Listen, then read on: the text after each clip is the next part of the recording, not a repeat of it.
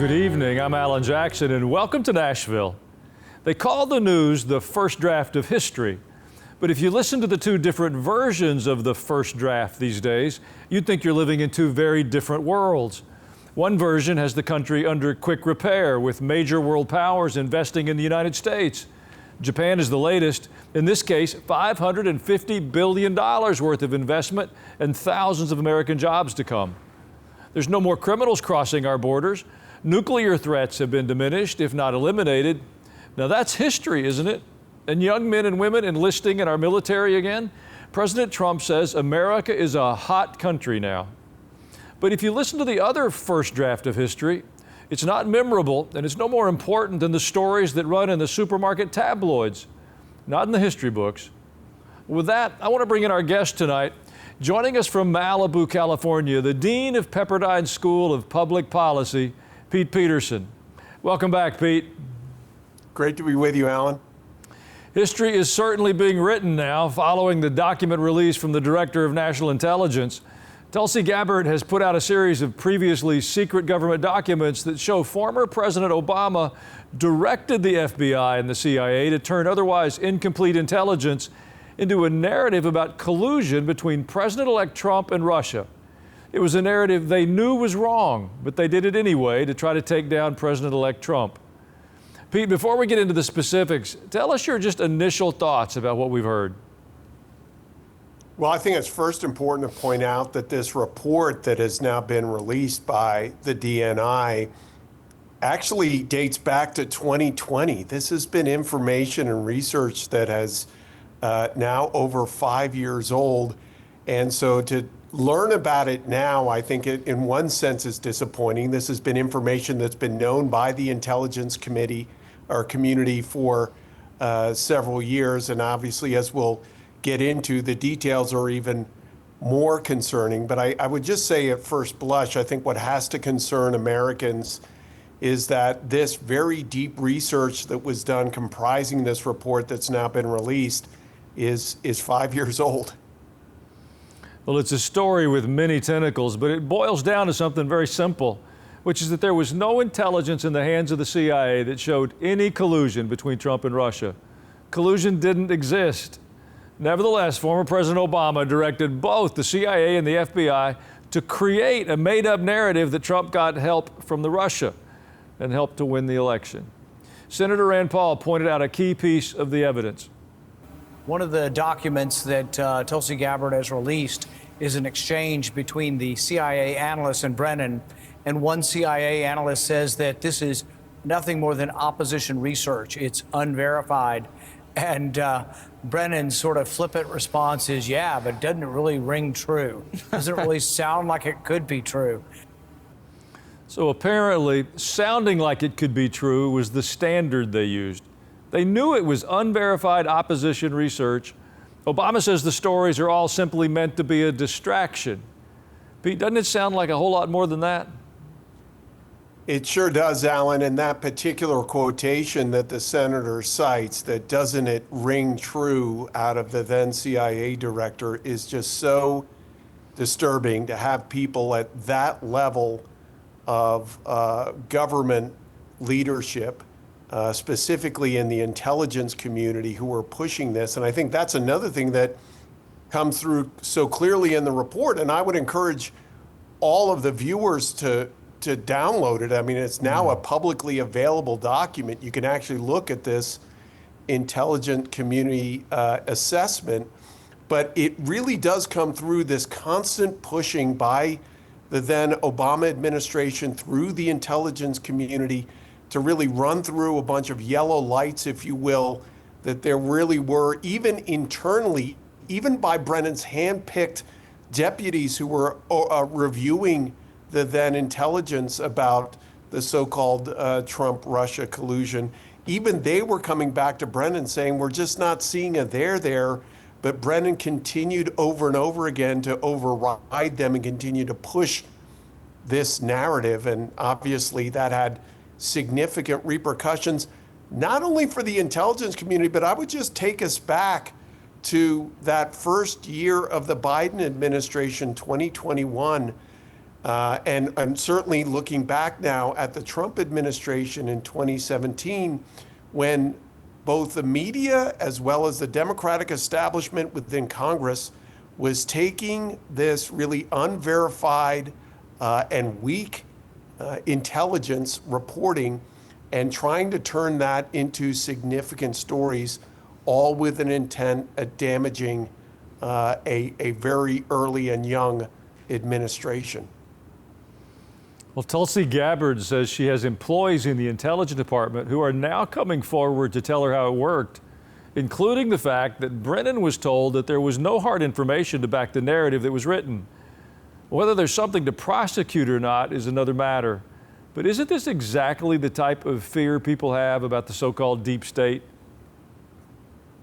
It is, Alan, and again, at any level, from the highest reaches of the CIA, as we've seen here, all the way straight through to our local police. We invest as a democratic republic these institutions with incredible power. And as we all know, as people of faith, with great power comes great responsibility. To whomsoever much is given, much will be expected. And in many of the instances that are now being revealed, the people who were invested with great deals of power, including the former DNI James Clapper, we're seeing time and time again people abusing that power. Now, to your point, whether this is criminal or not remains an entirely different matter. But I think even what's in this report suffices to paint a picture that intelligence leaders in the United States government were really taking what was very weak intelligence material and trying to spin it up into a major story, all with the intent of damaging the early years of the first Trump administration. You know, I suppose the big mystery still is what type of case could the Justice Department be able to build, especially given that the Supreme Court's already ruled that former presidents can't be criminally prosecuted for actions that fall within their core constitutional powers of the presidency. What's your opinion on a potential prosecution effort, and even if it's necessary? Well, I'm very, to your point, it seems as though, and I believe in this actually from a constitutional perspective, that presidents should have special levels of immunity. Without that, it just sets off a number of different possible scenarios where opposing parties could go back and seek to derail a presidency, even one that is served already. But those immunities will not protect others in that administration. And whether we're talking about John Brennan or James Clapper or some of the others in the administration, the former Obama administration, I think each of those participants in this broader scenario need to be explored and brought to justice if in fact laws were broken. Again, I want to make that nexus point between the intelligence development that was happening, but also what happened in that first year of the Trump administration in 2017. I'll remember the calls very early on for impeaching the president due to this so-called collusion, and then going on to further impeachment processes. All of these, both in Capitol Hill and within the larger Washington, D.C. media establishment, were all intending to derail or inhibit the work of that first Trump presidency. And I think for those reasons, we really need to get to the bottom of what happened there in 2016 into 2017. Well, Pete, please stay with us for another segment. There's more to discuss on some other issues. And for those of you watching, if you like, you can use this time to write me your thoughts on this genuinely big breaking story. Just go to ajnow.com. I'd love to hear from you. We'll be right back.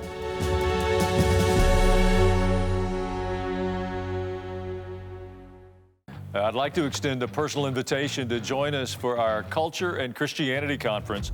It's September the 19th and 20th on our campus here at World Outreach Church, just outside of Nashville. We've chosen 3 specific topics to explore with a wonderful group of guests. We're going to talk about the church and our expected impact in this culture, the media and their impact in our culture, and then finally, our health, how we can be healthy in the midst of all these competing voices we're hearing. The real goal is how we take our faith and integrate it in our world so we have better lives, stronger families, and strengthen our nation. Join us for Culture and Christianity here in Murfreesboro.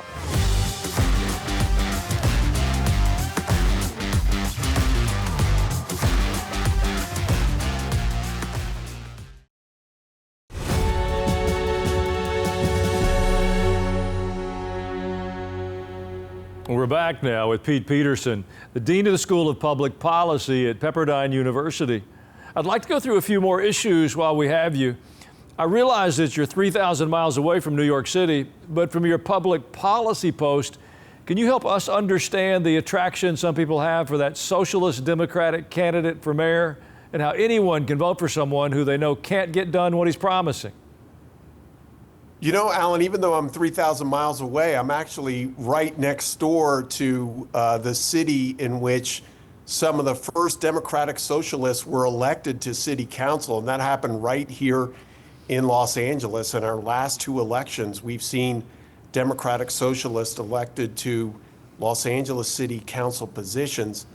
And I think what we're learning here is definitely what we're seeing now in New York City, is that you're seeing in many cases, a younger, in most cases, whiter, wealthier demographic playing a larger role in elections, many of them with high levels of college education. And what we've seen, and you and I have discussed on more than one occasion, is that increasingly in our high schools and colleges and universities, even our so-called most elite colleges and universities, topics like socialism and communism are taught as if they remain the future of the world, if not the United States.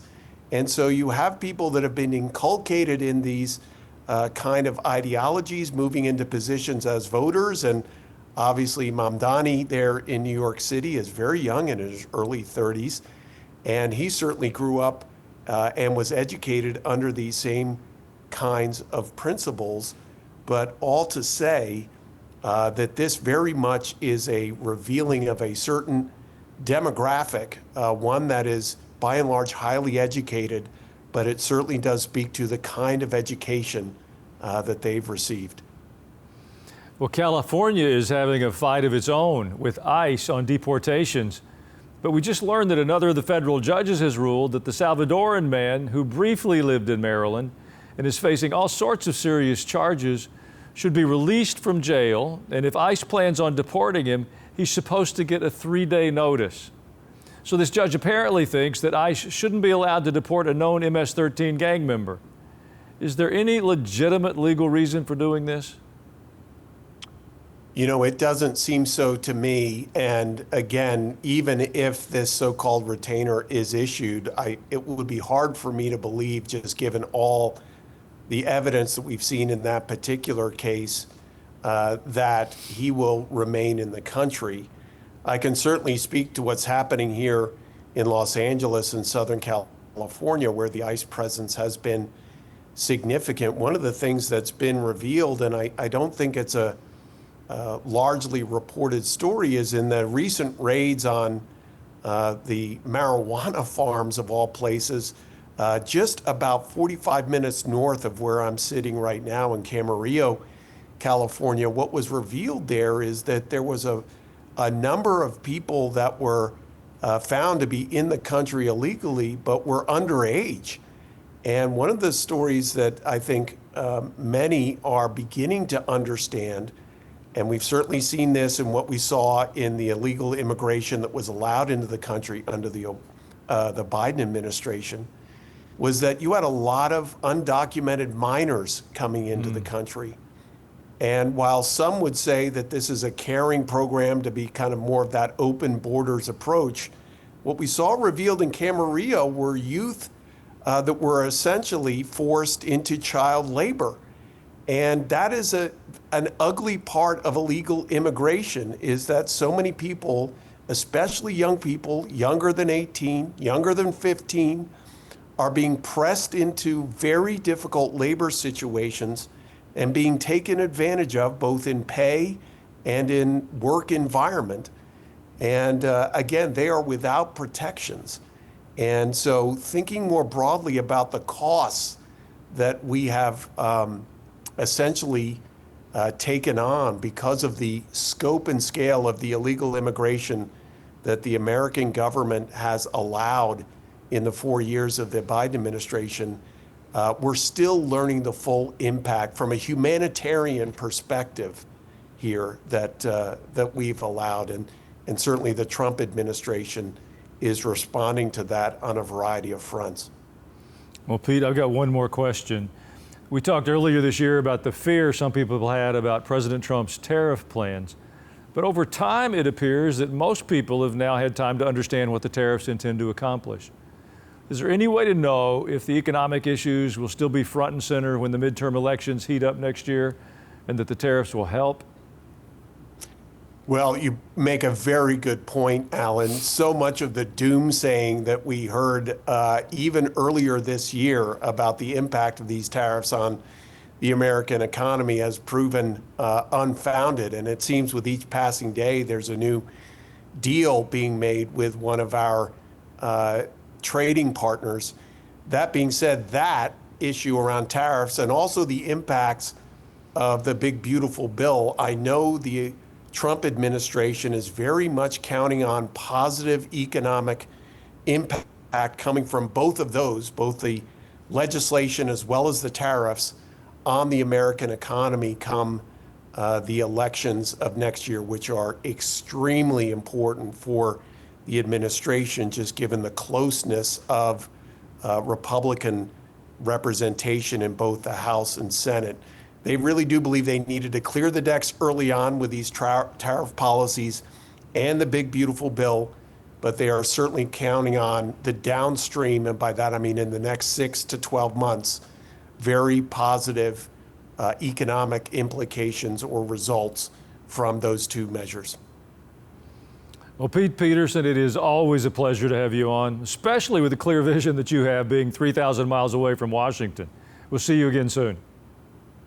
Looking forward to it, Alan. Thanks. In a moment, there is hope, and I'll tell you why. And later, your feedback and questions and my best attempt at answering them. Stay with us.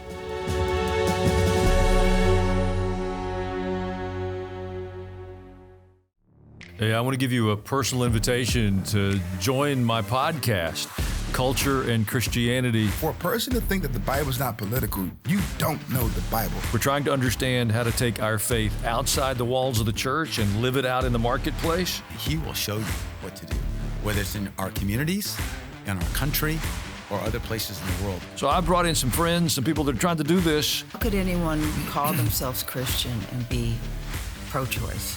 Is beyond my comprehension. But I think he wanted them open and in need of him every day. We have been living through a season of unprecedented deception, propaganda, manipulation. Everybody says, oh, Israel is attacking schools in the Gaza Strip. I want to be a part of seeing culture and Christianity intersect. Hope you enjoy the podcast.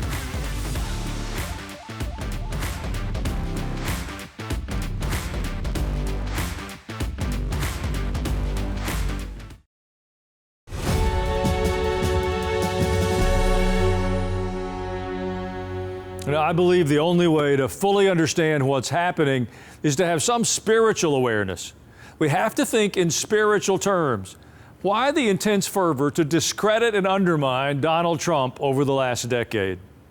Well, perhaps if we unpack some of the amazing expressions of courage that have been accomplished in recent months under our current administration, we can better understand why the level of resistance leading up to it. I've been calling these victories God events. I think when the President of the United States says that marriage is between a man and a woman, that's a God event. When the President of the United States said that there are only two biological sexes, I'm going to call that a God event. He ended the foolishness and the nonsense about transgenderism and men competing with women in athletics and robbing from our young girls. It took the President of the United States to say that. But my question to all of us is, where were the pulpits and where were the good people sitting in the pews? Why weren't we demanding that kind of truth in the communities where we live? You see, the consistent message of Scripture is that God expects His people to speak the truth and to live the truth, even when it's not popular in our culture. I promise you, if we'll do that, there will be far more reasons for hope than despair. We'll be right back with your emails.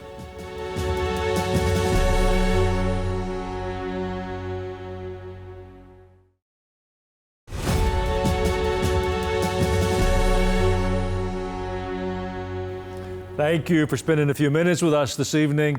Just a reminder, if you ever miss an episode, you can go to ajnow.com. There's a full archive there. You can watch them at your leisure. Makes them easy to share with a friend. Your emails are always a highlight. Al emailed, Dear Pastor Allen, as we're praying for God's Spirit to move freely and powerfully in Israel, could you please give us an update on your Tennessee neighbor and former TBN partner, Pastor, Governor, Ambassador Mike Huckabee? He needs more titles. May God bless him and his family with safety and effective effort in the Holy Land. Thank you especially for your daily reminder that we do have more reasons for hope than ever before. Well, I am grateful to report that we are in touch and the ambassador is doing very well. In fact, just this week, he stood up on behalf of Christians that are serving in some roles in Israel and the visa challenges they face. He's doing good work, God's work. When you're praying for the peace of Jerusalem, remember to pray for the ambassador and his family. Michael S. from Oklahoma emailed, I really enjoyed the episode with Dr. Ben Carson, a person who knows what it takes to be successful in life and business. You know, every time I have an opportunity to listen to Dr. Carson, he challenges me to want to do the right thing with my whole heart. He's a courageous man, and he's a strength and a blessing in our nation. I want to thank you for spending your time with us this evening. I know you have choices. Thank you for choosing a few minutes with us. I'm Alan Jackson, and I pray you have a wonderful evening.